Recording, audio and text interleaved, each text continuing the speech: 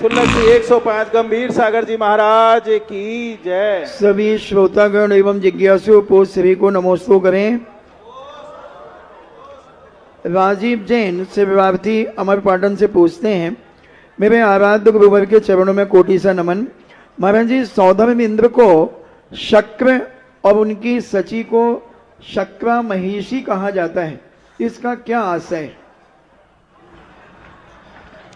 ये नाम अलग अलग रख दिए जाते हैं अलग अलग कार्यों से। एक पद के कई पर्यायवाची नाम भी तो होते हैं।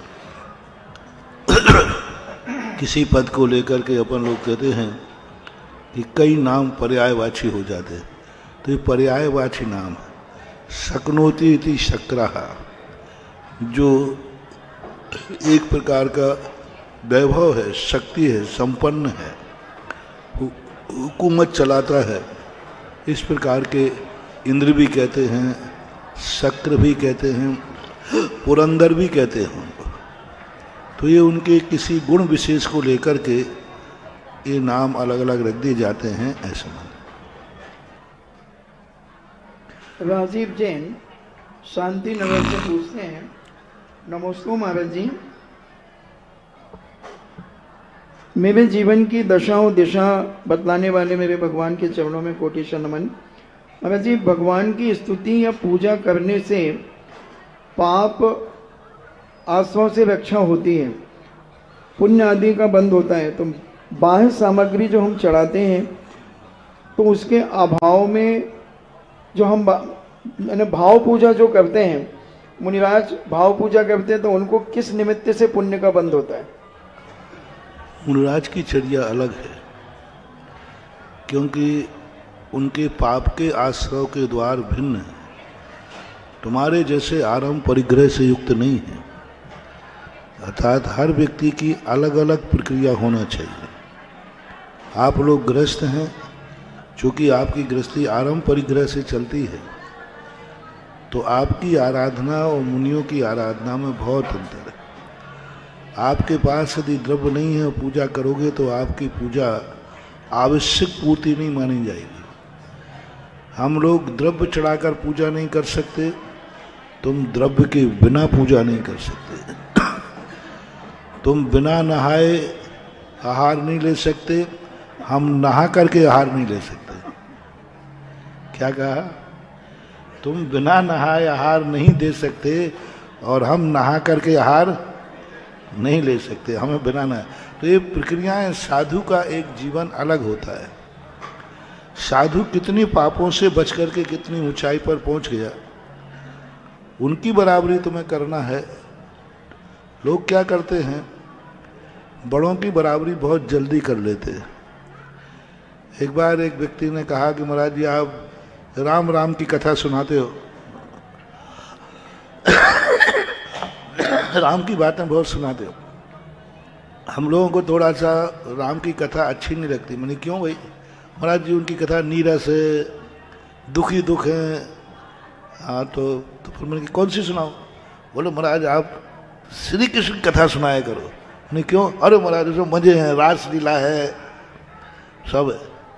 अरे मैंने कि भैया मुझे तो कोई फर्क नहीं पड़ता, राम हो या श्याम, लेकिन तुम श्री कृष्ण की रस लीला से प्रभावित हो गए, कम से कम पूरी लीला करो। उन्होंने ये भी किया था, एक बार गायों की रक्षा के लिए गोवर्धन पर्वत हाथ पे उठा लिया था। तुम एक भैंस का गोबरी उठा के दिखा दो। तो बड़े आदमियों का कोई जो अपन से वीक पॉइंट से मैच करता है वो तो अपन जल्दी कर लेते। देखो बड़े भी कर रहे हैं ना, लेकिन बड़े वो कार्य भी कर रहे हैं।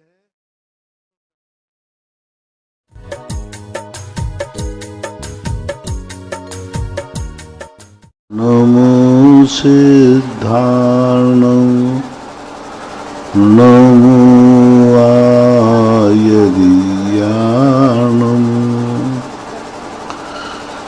नमो वज्रायाणं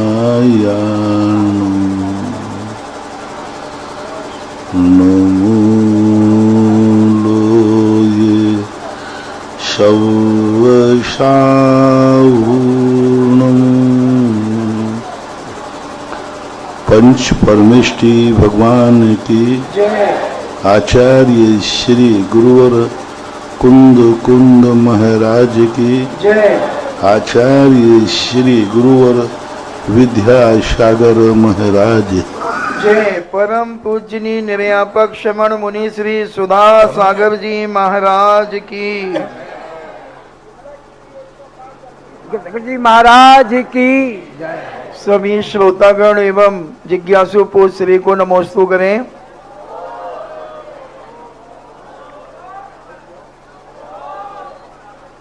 डॉक्टर मगन जैन आष्टा से पूछते हैं, नमोस्तु महाराज जी, थोड़ी सी हिंसा महान अहिंसा भोग उपभोग परिमाण व्रत से कैसे संभव होती है?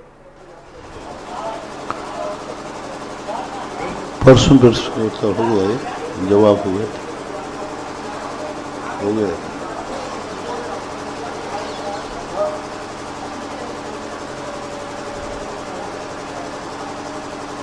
सज्जातित प्राप्ति हुई है, उन्हें मोक्ष के कारण रत्नत्व की सुलभता से हो जाती है जाति। सज्जातित्व का अर्थ होता है कि उनके सब गुणों से पीढ़ी दर पीढ़ी से उनको वह संस्कार प्राप्त हुआ है। जाति का अर्थ होता है कि उसको माता का पक्ष जो है वह कई पीढ़ी दर पीढ़ी से उनको सज्जातित्वपना प्राप्त हुआ, यानी दोनों पक्ष, कुल पिता का पक्ष और माता का पक्ष, दोनों पक्षों की पवित्रता को सज्जातित्वपना कहते हैं।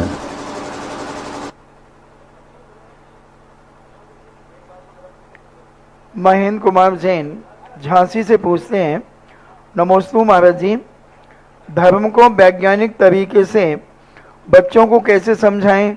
मेरे बेटे ने पूछा कि मोक्ष क्या है, इसे जीव को मोक्ष हुआ है, कैसे हुआ, हम कैसे जाने कि उसे मोक्ष हुआ है? मरण हुआ है, हम कैसे जाने कि मर कर के जीव कहाँ गया? मौत भी तो ऐसे एक अदृश्य बात है। तो जो मौत है, मौत के बाद कोई जीव कहीं ना कहीं तो गया है, कोई ना कोई अस्तित्व तो उसने बनाया है। तो जब संसार में एक ऐसा सुख है जिस सुख का कभी अंत नहीं होता, जब सुख में वृद्धि है तो सुख में पूर्णता भी है। जब व्यक्ति धर्म कर रहा है तो उसके अंदर धर्म करने की एक अच्छे आनंद की अनुभूति होती है, शांति की अनुभूति होती है। तो जब छोटी भी शांति है, रिलैक्स, सब तरफ से मन शांत हो जाता है, विकल्पों से दूर हो जाता है, तब व्यक्ति को पता चलता है कि कितना आनंद आ रहा है। ऐसे जब संपूर्ण विकल्पों से व्यक्ति दूर हो जाता है तो उसको कितनी शांति होती होगी, यह विचारणी बन जाती है। पुनीत जैन फरीदाबाद से पूछते हैं, गुरुदेव के चरणों में बारंबार नमोस्तु। गुरुदेव, सुमेरु पर्वत से सूरज की जो बीथियां हैं वो 1121 योजन दूर होती हैं। जो विदेश क्षेत्र सुमेरु पर्वत के पास है वहां पर तो हमेशा बर्फ ही जमी रहती होगी, जबकि भरत क्षेत्र के इतने पास ही सूरज की बीथियां होती हैं, तो फिर यहाँ कुछ जगह का अधिकतर बर्फ ही रहती है। सूर्य के प्रकाश से और न प्रकाश से बर्फ का कोई संबंध नहीं है। सूर्य का प्रकाश रहता है इसलिए बर्फ नहीं है, सूर्य के प्रकाश नहीं रहता इसलिए बर्फ है, ऐसी बात तो नहीं है। सूर्य का प्रकाश रहता है कई स्थानों पर, फिर भी बर्फ रहता है, फिर भी ठंडे स्थान होते हैं।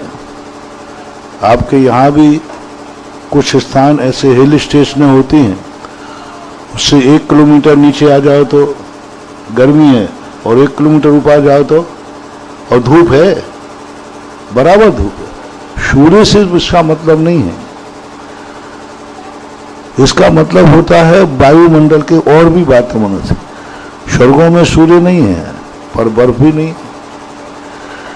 तो बर्फ का, अब मेरू पर्वत के पास सूर्य नहीं है, पक्का है, लेकिन वहां का वातावरण स्वयं में इतना पुण्यवान होता है कि वहां बर्फ का तो क्या, कुवृष्टि भी नहीं होती, अतिवृष्टि भी नहीं होती। दोनों तरफ भोग भूमियां होती हैं, इधर विदेह क्षेत्र होता है। तो सूर्य से और बर्फ का संबंध जोड़ना यह ना तो वैज्ञानिक है और न सैद्धांतिक है। इंजीनियर केसी जैन इंदौर से पूछते हैं, नमोस्तु महाराज जी, मेरा मन सोचता है कि आगम का संपूर्ण ज्ञान सिर्फ मन को स्थायी बनाने के लिए होता है, किंतु जिसकी मन की भावनाएं पहले से ही स्थायी हो, वह मन का ध्यान धर्म एवं आध्यात्मिकता के अलावा कहीं भी नहीं लगाता हो, तो ऐसे व्यक्ति के लिए मुक्ति का मार्गदर्शन क्या हो सकता है?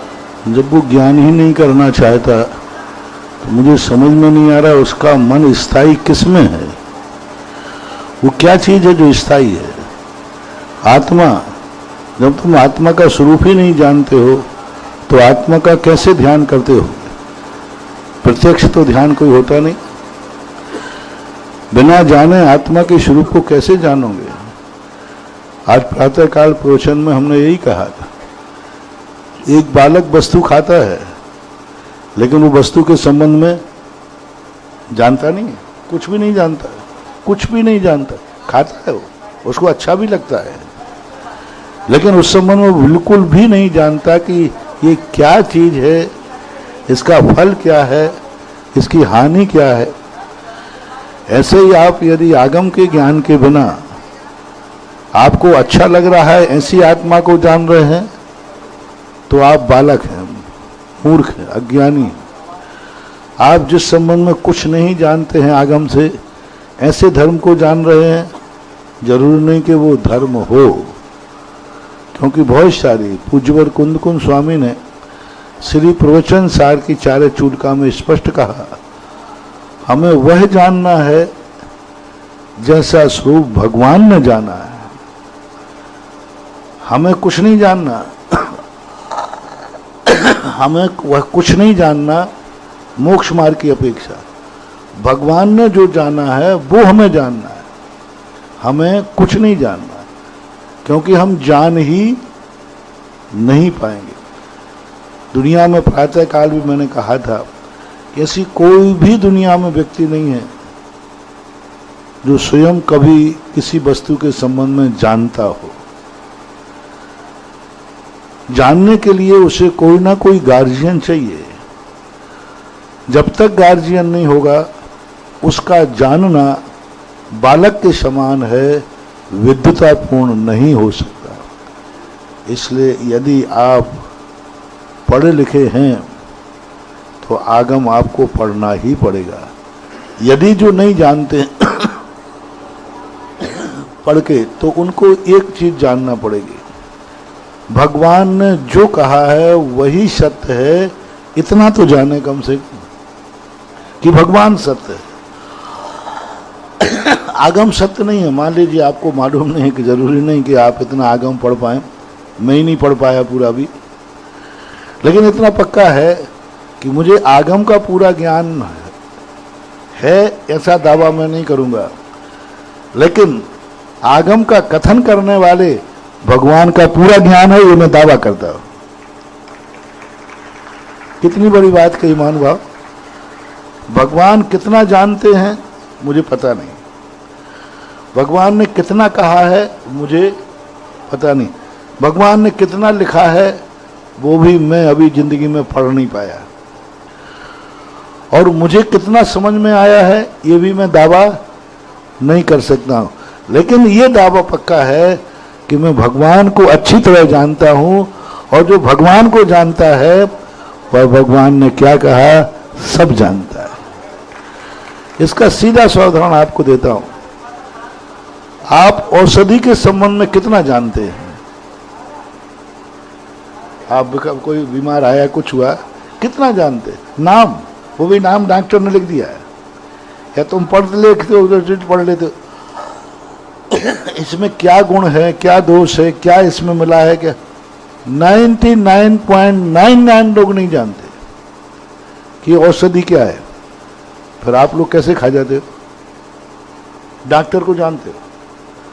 डॉक्टर को पूरी तरह नहीं साहब, ये डॉक्टर तो आज तक मरीज गया ठीक होके आया, बहुत बहुत बहुत बढ़िया डॉक्टर। डॉक्टर क्या दे रहा है ये जानना जरूरी नहीं है, डॉक्टर सही है कि नहीं ये जानना जरूरी है। जब हम दवाई को ना जान पाए तो डॉक्टर को जान लेंगे तो भी काम चल जाएगा। ऐसा ही हम वस्तु तत्व को, आगम को न जान पाए, लेकिन आगम के जो प्रणेता हैं जिनेंद्र भगवान को यदि हम जान लेंगे तो मान लिया जाता है कि इसने संपूर्ण आगम जान लिया। ऐसा मान। दर्शन में एक बहुत छोटी सी कहानी आती है।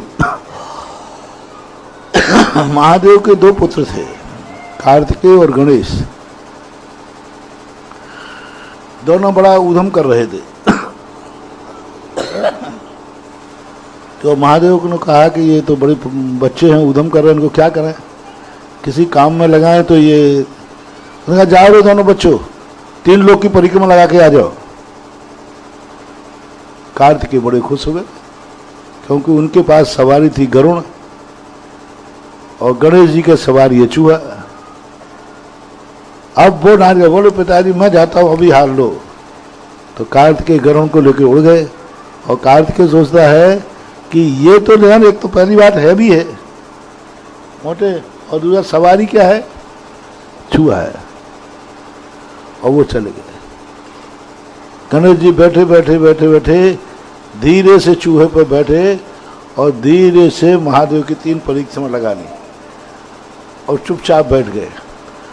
वो समझ गए कि मुझे 3 लोक की परिक्रमा लगाने क्यों भेजा जा रहा है, क्योंकि हम उधम कर रहे थे। तो वो चुपचाप एक कोने में बैठ गए और जैसे ही कार्तिकेय आने का समय हुआ वो आ गए। तो गणेश जी तो वहां पहले ही से बैठे थे। कार्तिकेय कहते हैं ये परिक्रमा लगाने गए ही नहीं। गणेश जी का मैंने लगाया है। पिताजी मैंने गणेश जी परिक्रमा लगाई है। बोले बेटा सफाई दो। उन्होंने कहा साहब मैं गया था, पूरी 3 लोक की परिक्रमा लगा के आया। बोले साहब मैं तो नहीं गया पिताजी, मैंने तो आपकी 3 प्रदक्षिणा लगा दी, तो 3 लोक के नाथ की लगा दी, अब 3 लोक की क्या लगाना। तो जब बुद्धि कम होती है या शक्ति कम होती है तब हम उस मुखिया को पकड़ना चाहिए। आप गृहस्थों के लिए सारा आगम नहीं समझ पाएंगे, लेकिन आपको आगम के प्रणेता भगवान को अच्छी तरह समझ लो, उनसे मत भटको। तुम्हारा भगवान कैसा है, तुम भगवान के स्वरूप को जानते हो क्या?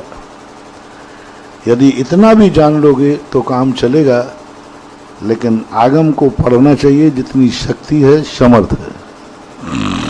नूतन जैन दिल्ली से पूछती हैं, नमोस्तु महाराज जी, आपने आगरा के अंदर ताजमहल के पास जो प्रवचन दिया था तो कहा था कि ताज बीज है और उसका फल मंदिर है। तो महाराज जी इसका आश्रय क्या है, हम लोग समझ नहीं पा रहे। देखो मेरा प्रवचन तो जहाँ होता है वहीं के लायक वहीं समझना चाहिए। आप तो पूछना क्या चाहते हो, मैंने क्या कहा था वो तो आप जानो, तुम क्या सुनना चाहते हो वो मुझे प्रश्न करो। पूछ रहे हैं कि ताजमहल को आपने बीज का रूप दिया है, काय का बीज का, और उसका फल मंदिर आपने बताया। बीज काहे का कहा है पूछना पड़ेगा। फल मंदिर बताया तो मंदिर भी किस रूप का बताया। मंदिर के अनेक अर्थ होते हैं। मंदिर, घर का नाम भी मंदिर होता है, भगवान के नाम भी मंदिर होता है। बीज का अर्थ वहां कोई प्रसंग दूसरा रहा होगा, सामान्यतः ये प्रसंग रहा होगा कि संसार का राग बेकार है, लेकिन वही राग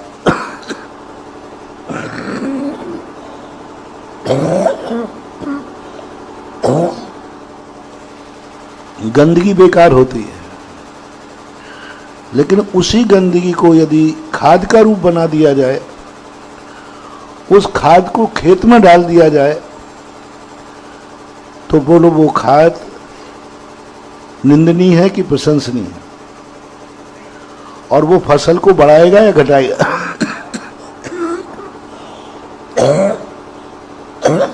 और वो जो अनाज आएगा वो गंदगी में गिना जाएगा कि पवित्रता में? लेकिन वो बड़ा किससे है? गंदगी से।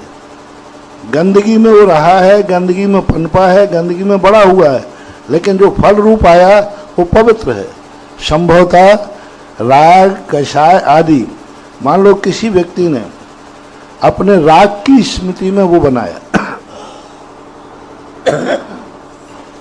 एक व्यक्ति ने कहा अपनी पत्नी की स्मृति में, ऐसा मानते हैं, मुमताज पत्नी थी उनकी, बेगम थी, उसकी स्मृति में उन्होंने ताजमहल बनाया, तो ये राग हुआ ना। अब यही राग यदि परमार्थ की दृष्टि से देखें, नैतिकता की दृष्टि से देखें, तो नारी जगत के लिए एक बहुत बड़ी चीज है कि जो आज नारी शोषण हो रहा है, नारी पैर की जूती नहीं है। उस समय शाहजहां की जो स्थितियां थी, उस समय स्त्री को बहुत बड़ा निकृष्ट रूप से माना जाता था, दासी के रूप में मानते थे, भोग्या मानते थे। तो नारी पैर की जूती नहीं है, नारी वो चीज है जिसके लिए ताजमहल भी बनाया जाता है। यानी नारी का क्या रूप है वो शाहजहां ने दुनिया को दिखा दिया। नारी जिनकी दृष्टि में निकृष्ट है, आलोचना के पात्र हैं, उसने ये दिखा दिया कि नारी ये कितना बड़ा स्थान भी ले सकती है कि जो स्मृति करने लायक हो। दूसरी बात, लोगों ने कहा कि महाराज आप देखने गए, तो मैंने कहा भाई मैं पत्नी के स्मारक को देखने नहीं गई थी। आप लोग देखते हो, जब भी मियाँ मूवी घूमने जाते हैं तो एक बार जरूर बीवी चुकौटी लेती है, देखा? पर मैं गया ही नहीं था। मैं तो 14 बेटों की माँ के स्मारक को देखने गया था। बोलो वो 14 बेटों की माँ थी कि नहीं? अब तुम्हें स्त्री दिख रही है, हमें माँ दिख रही है, तो अपना देखने का नजरिया है, अलग अलग लोग प्रस्तुतिकरण करते। तो उसको यदि हम दूसरी दृष्टि से देखें तो एक बहुत बड़ी चीज उसके सामने नजर आएगी कि ये क्या रूप बता रहा है, शिक्षा क्या दे रहा है। तो हर गंदगी को निंदनीय मत करो, उस गंदगी को खाद बनाने का प्रयास करो और खाद को खेत तक ले जाने का प्रयास करो। वही गंदगी तुम्हें पवित्रता का भी रूप दे सकती है। संभवतः यह भाव था।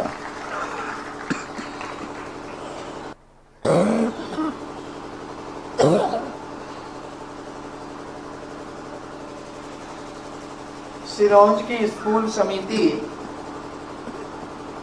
सिरोंज से पूछती है, नमस्ते महाराज जी, आपकी प्रेरणा, दिशा निर्देशन एवं आशीर्वाद से सिरोंज में उच्च स्तरीय संत सुधासागर इंटरनेशनल स्कूल सिरोंज में बनकर तैयार है। महाराज जी, स्कूल समिति आगे ऐसा क्या कार्य करे जिससे स्कूली बच्चों को शिक्षा के साथ आदर्श नागरिक बनने की मदद मिले एवं स्कूल को सर्वमान्यता प्राप्त हो और ऊंचाइयों पर स्कूल जाए? सबसे पहले बच्चों को उनका जो उद्देश्य है कि मैं अच्छी शिक्षा प्राप्त करूं, उस शिक्षा को इतनी अच्छी बनाओ कि उस शिक्षा की आड़ में फिर पीछे से तुम उसका धर्म का संस्कार दो। बच्चा स्कूल पढ़ने जाता है, शुरू में पढ़ने के लिए नहीं जाता है, चॉकलेट के लिए जाता है।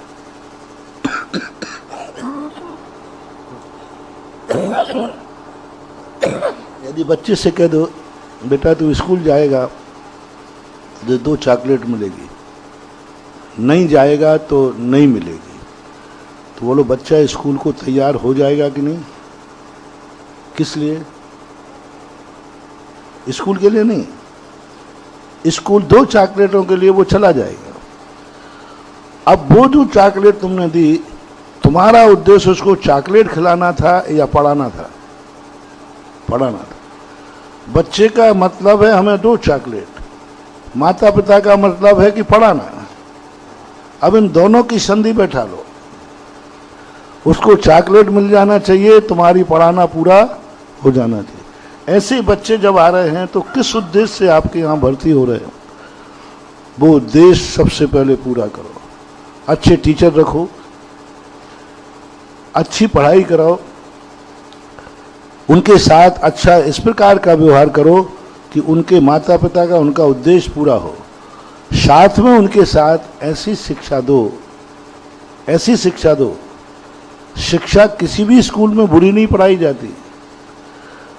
शिक्षा के साथ में जो खेलने का पीरियड होता है, नैतिक शिक्षा का पीरियड होता है, उसमें बच्चों को बिगाड़ा जाता है। जैसे मांसाहारी स्कूल होते हैं, क्या करते हैं कॉन्वेंट वगैरह, वो सब पढ़ाई वही है जो तुम्हारे स्कूल में है। जब बच्चे भोजन करने बैठते हैं तब उनकी मैम आएगी, जो भी आते हैं, बोले बेटा सब लोग अपने भोजन में से एक दूसरे को शेयर करो। अब कुछ लोग ऑमलेट लाए हुए हैं, कुछ लोग शाकाहारी वो लाए हुए हैं। अब बच्चे तो कुछ नहीं जानते, उनको अच्छा लगता है, वो एक दूसरे को शेयर करते हैं। अब शेयर करते समय जो शाकाहारी था वो ऑमलेट खाना सीख गया। ऐसे कई स्कूलों से हमारे लिए आते। तो आप उनके संबंध में वो जो पीरियड होता है, उस समय उनको अच्छे संस्कार देने का प्रयास करो। उस समय उनके लिए बताएं कि ये क्या चीज़ है, तो वो बन सकता है। नैतिक शिक्षा के नाम पर आप उनके जीवन का उत्थान कर सकते हैं।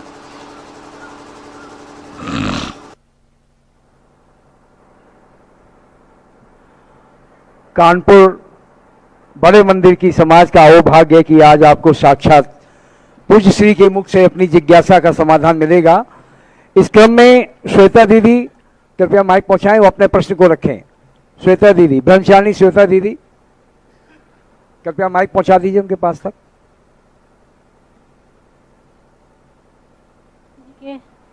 पूज्य मुनि श्री जी के पावन चरणों में नमोस्तु। पूज्य छुल्लक श्री जी के पुनीत चरणों में एक शामी। मुनि श्री जी, जिन व्यक्तियों के मस्तक पर प्राकृतिक रूप से अर्धचंद्राकार रेखांकित होता है, वह किस बात का संकेत करता है? रेखाएं जिंदगी के लिए बहुत कुछ देते।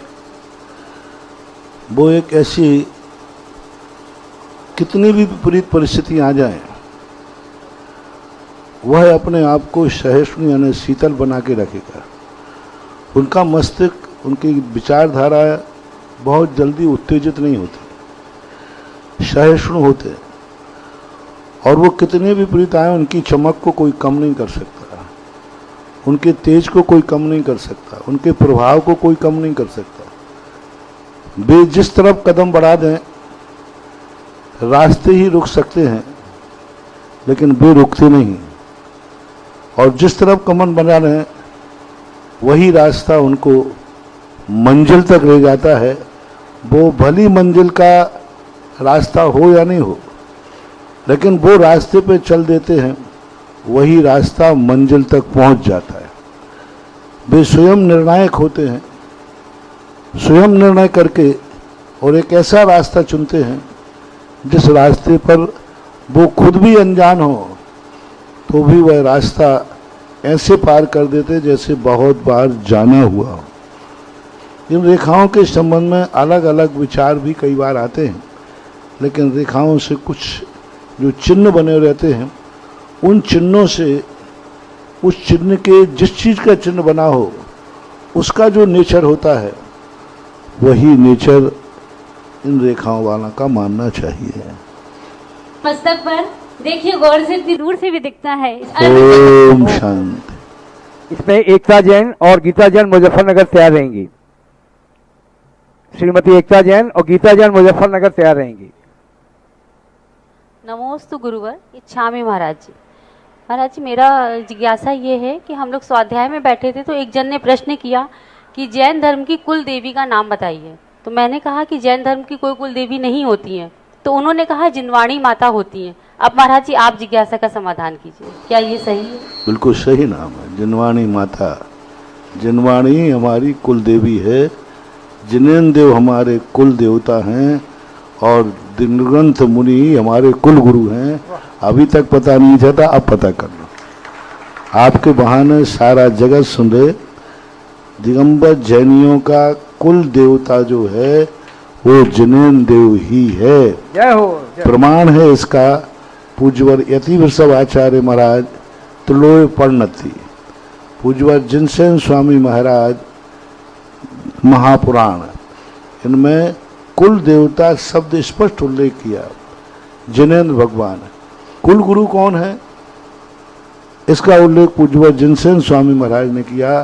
कुल गुरु निर्ग्रंथ मुनि ही तुम्हारे कुल गुरु हैं। चाहे तुम्हें समझ में आवे या नहीं आवे, लेकिन गुरु तुम्हारे निर्ग्रंथ गुरु हैं।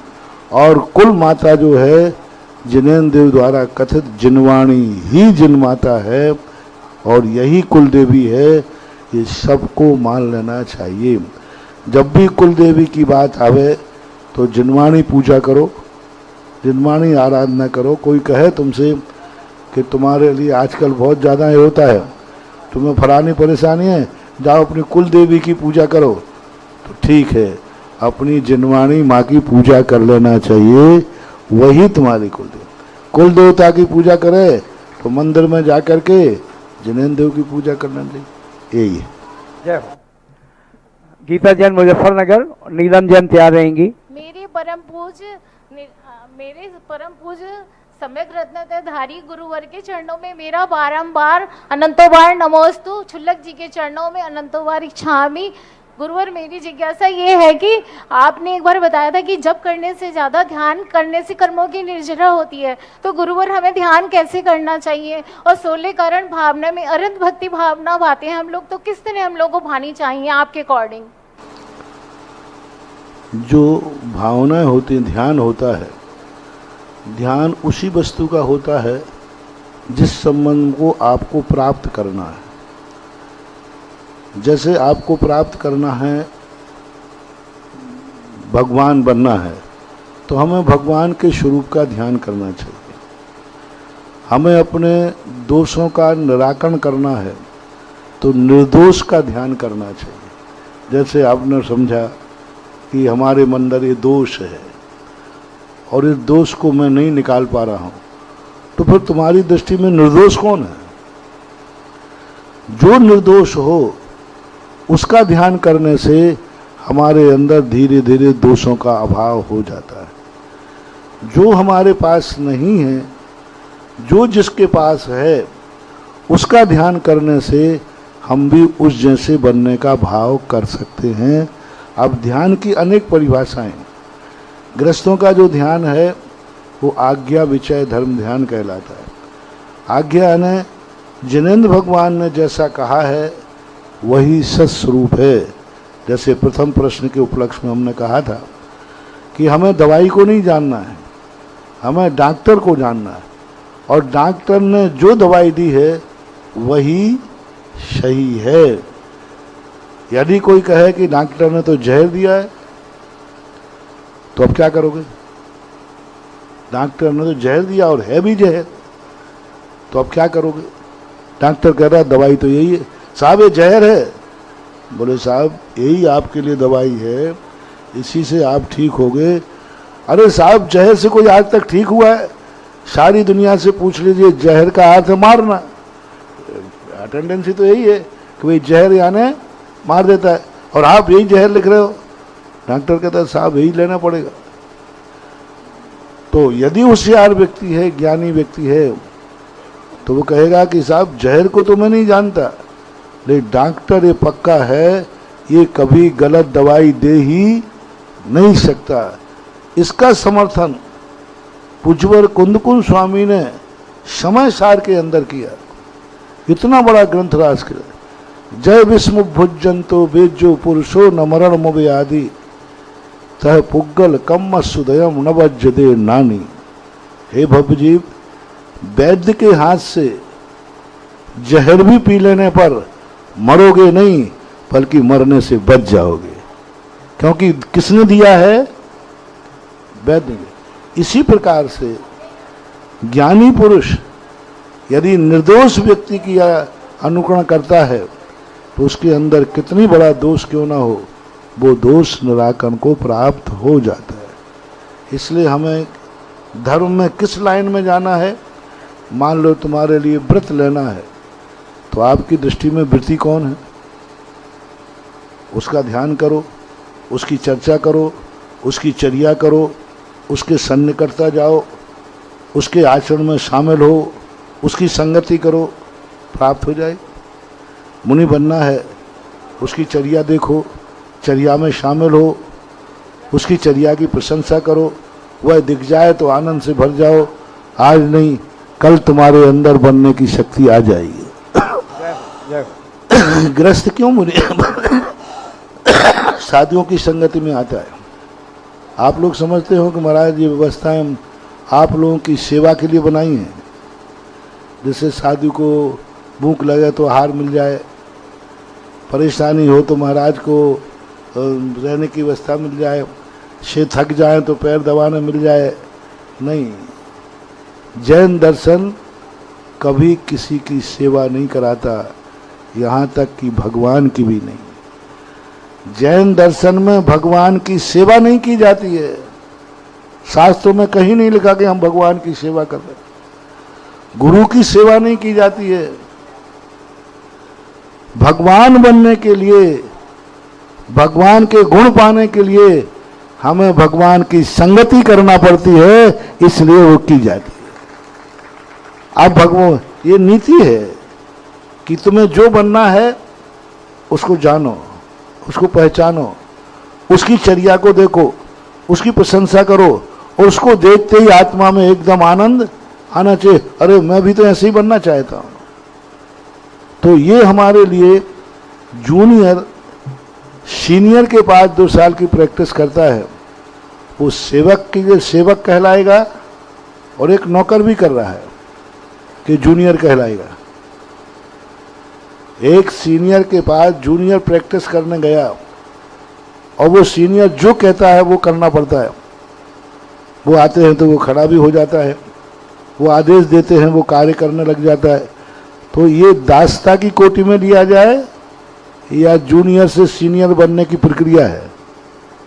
बस जैन दर्शन में भगवान की भक्ति नौकर के रूप में नहीं, भगवान सीनियर है, हम जूनियर हैं, इसलिए हम उनकी आज्ञा का पालन करते हैं। तो इसलिए भगवान का ध्यान करो। महाराज बनना है, महाराज का ध्यान करो। नमोकार मंत्र में हमें 5 परमेष्ठी पद चाहिए है, हमें उसका ध्यान करें। ये है ध्यान की प्रक्रिया। नीलम करनी चाहिए। आगे। अरहत भक्ति भावना कैसी करनी चाहिए? भावना का अर्थ है अरहंतों के शुरू। इसलिए तीर्थंकर भावना में लिखा है कि अरहंत भगवान निर्विकल्प हो गए, संसार से ऊपर उठ गए, फिर भी वो जगत का कल्याण करने के लिए उपदेश देते हैं, समोषणु विद्वान रहते हैं, परम उपकार करते हैं। इस प्रकार अरहंतों का ध्यान करना चाहिए। श्रीमती नीलम जैन और राजा जैन तैयार रहेंगे। नमोस्तु महाराज श्री इच्छामी छुल्लक जी। मेरा क्वेश्चन है आलोचना पाठ संबंधित। मेरे अवगुण चेतारो प्रभु अपना व्रत समारो। प्रभु महाराज श्री हमारी क्या हिम्मत जो हम प्रभु से ये बोले कि अपना व्रत समारो। नहीं, उसका अर्थ अपन गलत ले रहे हैं। उसका गलत हिम्मत वाली बात नहीं है, वो अपनी खुद की निंदा कर रहा है। उसमें ये है मेरे अवगुण न चितारो प्रभु अपनो विरध निहारो। मेरे अवगुण मत चितारो भगवान, मैं तो पापी हूँ। यदि मेरे अवगुणों को देखोगे तो आप मेरी कभी भी उद्धार नहीं करोगे। लेकिन आप तो करुणा निधान हो, आपका वो कार्य है पापियों का उद्धार, इसलिए मुझ पापी का उद्धार करो, ये अर्थ है वहां पर। है ना, मैं तो अवगुणों से भरा हूं, मैं तो पापी हूं, और आप कैसे हैं? पतितों का उद्धारक हैं। आप पापियों का भी उद्धार कर देते हैं, इसलिए मुझ पापी का भी उद्धार करो, क्योंकि आपका स्वभाव ही ऐसा है। विरध यानी आपका स्वभाव, आपका नेचर पापियों का उद्धार करना है। और मेरे पापों की तरफ जाओगे तो फिर मेरे पाप तो इतने हैं कि शायद आप हमारा उद्धार नहीं करोगे। राजा जैन। गुरुवर के चरणों में बारंबार सत नमोस्तु, चुल्लक जी के चरणों में इच्छामी इच्छामी। महाराज जी, मेरी जिज्ञासा ये है कि जिस प्रकार से आज है कि आपके लोक व्यवहार में चलता है, तुम क्या मुझे समझा रहा है? आपने खुद को समझाओ। तुम क्या मैं सुधार रहे हो? आप खुद सुधरो, अपना तो देखते नहीं हो। तो लोक व्यवहार में जो अर्थ लिया गया है वहाँ बहुत अच्छा अर्थ है। हाँ बोलिए। महाराज जी, मेरी जिज्ञासा ये है कि आज बात बात पर जैसे परमाणु युद्ध हो रहे हैं देशों में, और कोरोना जैसे महामारी आई हुई है, अपार जनधन हानि हो रही है, तो इन सबको जैसे रोकने के लिए अगर कोई बात होती है, जैसे हम लोग वक्तामर जी में बोलते हैं कि कल्पांत काल पवनोदत ध्वनि कल्पम, कि जैसे सब कुछ शांत हो जाए नाम लेने से ही, तो ऐसा कुछ है कि जिससे कि वो सब रुक जाए, जन हानि होने से रुक जाए, महामारी होने से रुक जाए, इसका क्या होगा? मूर्खों के द्वारा, पशुओं के द्वारा, प्रकृति के द्वारा, देवों के द्वारा जो संकट आए उनको तो रोका जा सकता है। ये तो तुम्हारे खुद विज्ञान की बदौलत है, विज्ञान की बदौलत है। विज्ञान ये अनर्थ कर रहा है। क्या भगवान महावीर स्वामी परमाणु बम बनाना नहीं जानते थे? जानते थे। क्या भगवान स्वामी ये मोबाइल नहीं जानते थे बनाना? जानते थे, विधि भी जानते थे, सब जानते थे वो, लेकिन उन्होंने बताई क्यों नहीं? क्योंकि वो मानवतावादी थे। आपका विज्ञान मानववादी, मानवतावादी दृष्टिकोण को पिता होता है।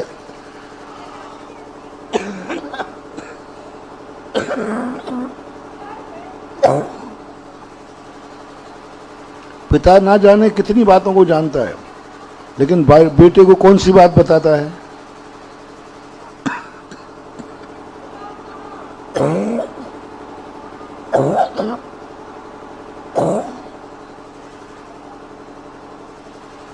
बेटे को कौन सी बात बताता है जो उसके हितकारी हो? कितने रास्ते जानता है पिता, लेकिन बेटे को कौन सा रास्ता दिखाएगा? शराब के अड्डा भी बेटा को जानता है पिता कि शराब कहाँ मिलती है, लेकिन पिता शराब का अड्डा नहीं बताया। ऐसे महावीर स्वामी मानवतावादी थे। उन्होंने वो नहीं बताए रास्ते जिन रास्तों से तुम्हारा खुद का विनाश हो सकता है। और आज विज्ञान उन्हीं रास्तों को खोज रहा है। आज सारे विश्व को विज्ञान ने उस कगार पर खड़ा कर दिया है जहां से तुम लौट भी नहीं सकते, लौट भी नहीं सकते, क्योंकि लौटने के लिए तुम्हारा स्थान बचा ही नहीं। तुम इतनी बुरी तरह वहां से उठ के आए हो कि अब वहां तो स्थान, और आगे क्या दिख रहा है? खाई दिख रही है। हर चीज में पहले 10 गांव में एक वैद्य होता था, आज एक गांव में, कानपुर में कितने डॉक्टर मान लो। इतनी बीमारियां बढ़ गई और विज्ञान कह रहा दवाई, अरे दवाई खोज रहा है ठीक है, लेकिन बीमारियां भी तो बढ़ा रहा है। तो ये विज्ञान ने इतना बड़ा अनर्थ कर दिया। जितना जितना विज्ञान तुम्हें ले जाएगा, ये भौतिकवादी है, जीव को दुख ही पहुंचाएगा। एक दिन मात्र 5 सेकंड की दुनिया है विज्ञान की बदौलत। 5 सेकंड लगना है, पूरा विश्व जितना है इसको मिटने बनाने में कितना लग रहा है, कितनी अपन कोशिश कर रहे हैं, कितने मात्र 5 सेकंड का है। जिस दिन अमेरिका और रूस का, इनके दोनों का दिमाग खराब हुआ, उसी दिन 5 सेकंड के अंदर सारी दुनिया खत्म हो जाएगी। मात्र मकान बचे रहेंगे, इनको कुछ भी होने वाला नहीं है। तो ऐसे जैविक यंत्र, ये सब विज्ञान कर रहा है। विज्ञान वो अंधा ज्ञानी है जो खोजना जानता है, उसके साइड इफेक्ट पे विचार नहीं करता। खोजना जानता है, नई खोज की, लेकिन इसका विस्फोट क्या होगा, इसका परिणाम क्या होगा, इस पर विचार न करने से विज्ञान उस, अब इसको रोकने के लिए हमें विज्ञान के दिमाग को रोकना पड़ेगा, विज्ञान के दिमाग को रोकना पड़ेगा। और विज्ञान के दिमाग को रोकने का आज तक कोई मंत्र बना नहीं है। खबर स्रोत है, तो इसमें अगर हम लोग इसका कहीं किसी तरीके से इस्तेमाल करके उसको नहीं रोका जा बस सकता है? कर सकते हो, बस जैसे आप तो मैंने कहा ना, कोई अबुद्धिपूर्वक स्थिति बनती है वहाँ, ये तो सारी की सहमति से बन रही ना, अज्ञानता में बन गई, जैसे भी बन ना गई। अज्ञानता में नहीं, आज भी सहमति है आपकी। जो चीज सबकी सहमति से और सब उसे एक्सेप्ट कर रहा है, उसको नाश करने का कोई मंत्र नहीं। जो सब कोई नहीं चाहते हैं फिर भी उसका निर्माण हो गया है और अब मिटाना चाहते हैं तो कर सकते हैं। अभी पूछ लीजिए विश्व में परमाणु कितने लोग मिटाना चाहते हैं? कोई नहीं चाहता, वो कहता परमाणु अच्छी चीज है। ऐसे फिर भी भाव न भाना चाहिए।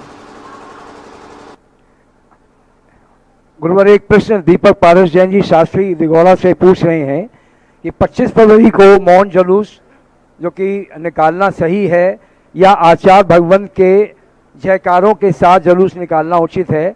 मौन जुलूस निकालें या जयकारों के साथ निकालें, इसके बारे में उनकी बहुत अच्छा स्मरण दिला दिया। सारे भारत के लोग सुने, जो नहीं सुन पाए उनको सुना दिया जाए। कल एक सामूहिक रूप में विश्व वंदनीय हम सबके हृदय सम्राट पूज्य आचार्य गुरुदेव विद्यासागर महाराज के पूरा भारत एक साथ कल विनयाञ्जलि सभा देना है। हम सब लोगों ने 25 तारीख निश्चित की है। 25 तारीख के दिन सबके लिए सुबह से कोई गम नहीं मनाना। प्रत्येक व्यक्ति, भारत के प्रत्येक जैनी को अपने दरवाजे 5 दीपक जलाना है घी के। 5 शोक नहीं, शोक की बात नहीं है, कोई काली पट्टी नहीं बांधना अपने यहाँ साधु की समाधि और भगवान का निर्माण। अपन तो रोते इसलिए हैं कि अपने ऊपर जो उनका उपकार हुआ है, उनके उपकारों को अपन अब कैसे प्राप्त करेंगे। जो खेद आ रहा है अपन को, मुझे भी आया, किस लिए आया? इसलिए कि उनकी समाधि हो गई? नहीं नहीं नहीं, इसलिए आया कि हमारे ऊपर जो उपकार हो रहा था अब वो उपकार नहीं हो पाएगा। तो महापुरुषों के वियोग में शोक स्वार्थ से आता है, उनके जाने और नहीं जाने का तो खुशी। प्रत्येक व्यक्ति अपने घर पर सुबह उठ करके 5 दीपक कम से कम जलावे। 5 दीपक इसलिए क्योंकि वो पंचाधार के धारी थे। अधिक जलाओ तो 36 दीपक जला सकते हो, क्योंकि वो 36 मूल गुण धारी थे। ये कार्य करना है अपने अपने मंदिरों में, जहाँ भी हो। आचार्य परमेष्ठी सच एक पूजा करना है आचार्य महाराज की। सभी लोग एक पूजा, कल पूरे भारत के लोग जब मंदिर जाएं, पुरुष बच्चे सब महिलाएं, आचार्य परमेष्ठी की पूजा करना है। पूजन करने के बाद फिर आपको एक सामूहिक बैठक वहीं करना है।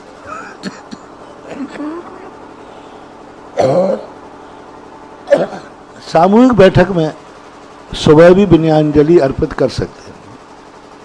उस समय भी 36 दीपकों से महाराज का चित्र आदि लगा करके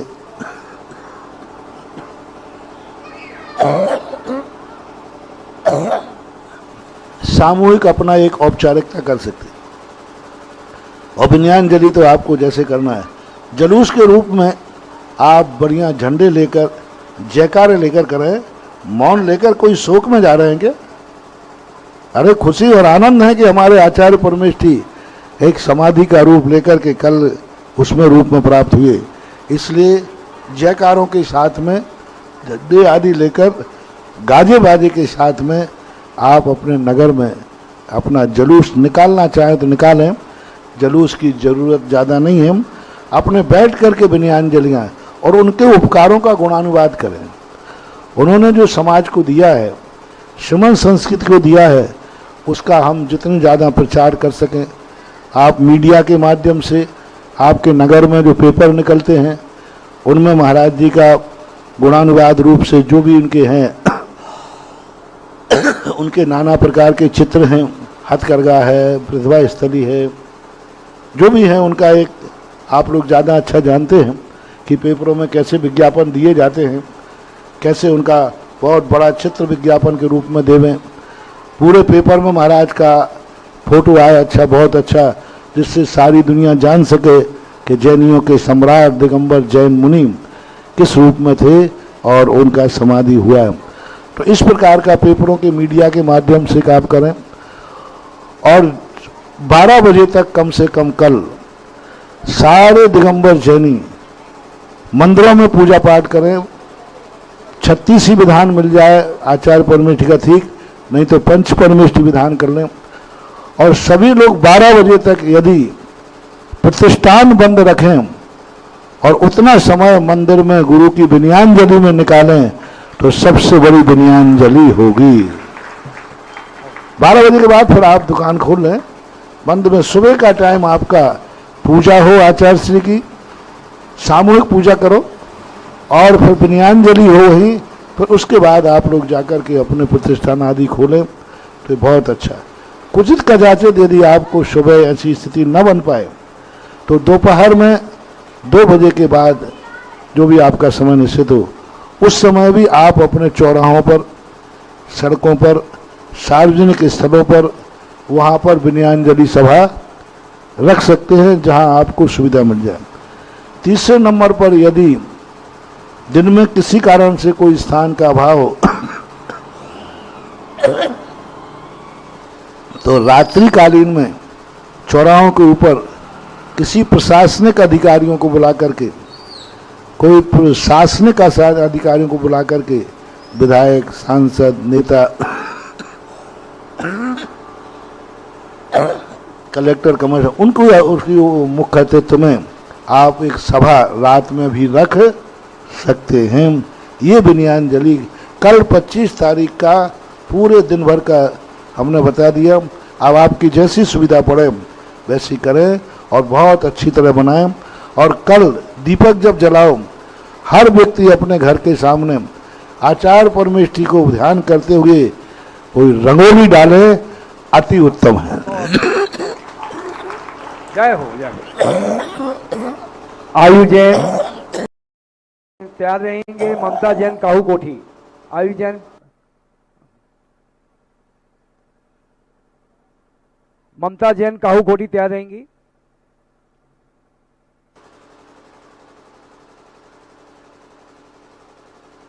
सूर्यांशी जैन अहमदाबाद।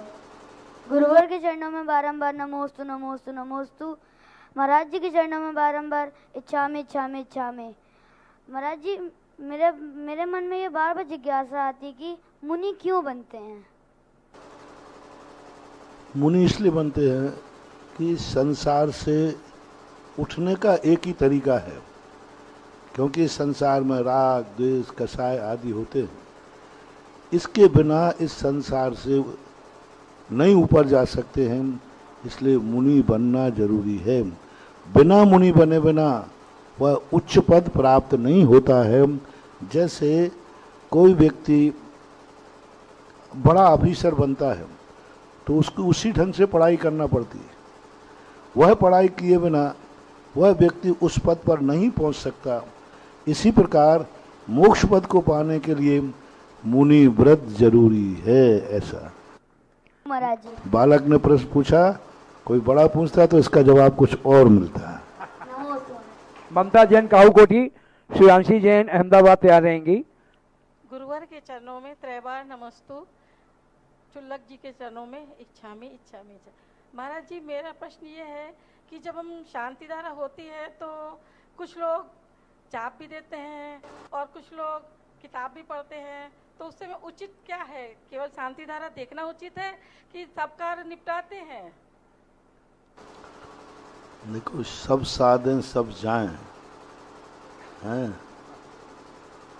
ये एक काम को साधने के लिए यदि वो सब करता है तो सब एक साधें, सब सदें, सब साधें, सब जाएं। तो कायदा से जिस समय जो चल रहा है उसी को शांति से देख लें, माला बाद में फिर लें। और माला भी फिर रही हो, शांति धारा भी देख रहे हो, तो ना शांति धारा देख रहे हो ना माला फिर रही है, एक ही होने। नमोस्तु नमोस्तु। सुयांशी जैन अहमदाबाद और श्रीमती मधु जैन तैयार रहेंगी। नमोस्तु गुरुवर। मेरा क्वेश्चन है, जीवन का एकमात्र सत्य मृत्यु है, फिर भी हम इसको सत्य को स्वीकार नहीं करते। हम कल्पना करने से भी डरते हैं कि हमारा कोई प्रियजन है वो मृत्यु को प्राप्त हो जाएगा तो हमें कैसा लगेगा। तो आप गुरुदेव इस डर को निकालने का कोई उचित। उसका डर निकल नहीं सकता, क्योंकि उसको भविष्य नहीं दिख रहा है। डर वही डरता है जिसको भविष्य नहीं दिखता है।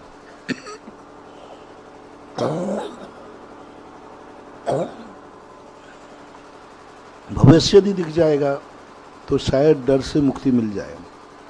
ज़्यादातर उसने ये देखा है कि मरने के बाद जो कुछ है ये सब हाथ से चला जाएगा।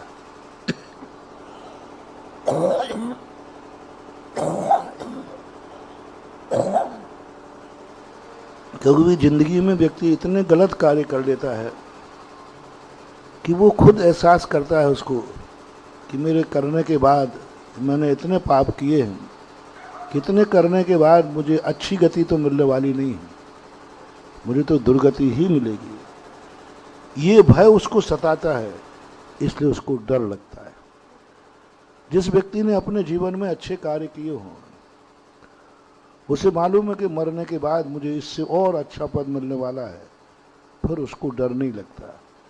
डर रखने का मूल कारण है हमारी जिंदगी में हम धर्म से दूर रहे और अधर्म में जीवन व्यतीत कर दिया, यही कारण बनता है। दूसरे का इसलिए डर लगता है क्योंकि हमारे मन में भाव है कि उसके बिना मेरा अस्तित्व खतरे में है, वह है सो मैं हूँ, इसलिए उसके संबंध में विकल्प आता है। मधु जैन। नमोस्तु महाराज जी। इच्छा में महाराज जी, महाराज जी कोई प्रायश्चित लेना है तो गुरुओं से ले तो ज्यादा उचित है या बिना गुरु के ले उचित है?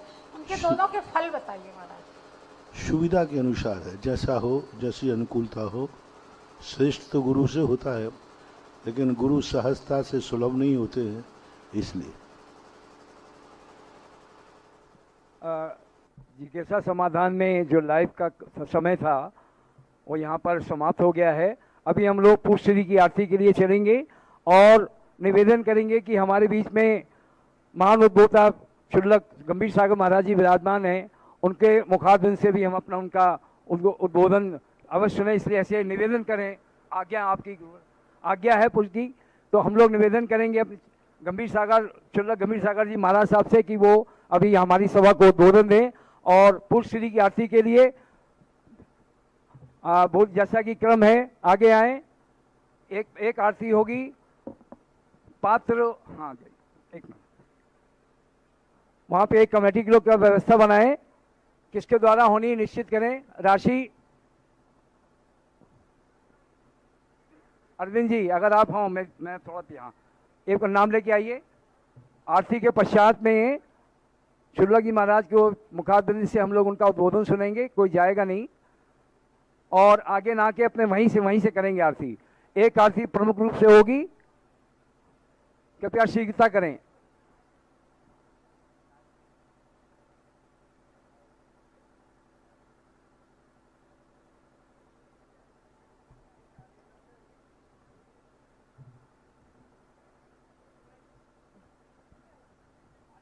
आरती का साथ से